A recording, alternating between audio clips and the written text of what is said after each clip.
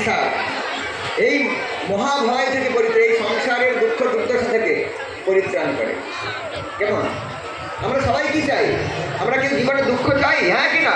বলুন, জোরে বলুন। সবাই আমরা দুঃখ থেকে পরিত্রাণ চাই, সবাই জীবনে সুখ শান্তি আনন্দ চাই, তাই না? কিন্তু সেটি কী করে পাবো সেটাই জানতে হবে।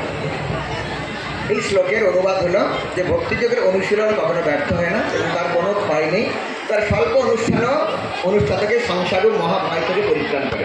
এই শ্লোকের প্রভুপাদ ইস্কন প্রতিষ্ঠাতা আচার্য কৃষ্ণ কৃপা শ্রী মুক্তিশীল অভয় চরণারবিন্দ ভক্তিবেদান্ত স্বামী প্রভুপাদ কি, তিনি এই শ্লোকের ব্যাখ্যা বিশ্লেষণ করেছেন। আমি কথাটা সেটা পড়ছি, তারপরে দু এক কথা এই সঙ্গে আমি সংযোজন করব।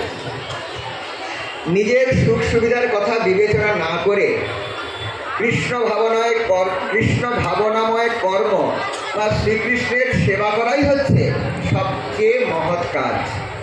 কেউ যদি একটু একটু করে ভগবানের সেবা করতে শুরু করে তাতে কোনো ক্ষতি নেই, এবং ভগবানের এই সেবা যত নগণ্যই হোক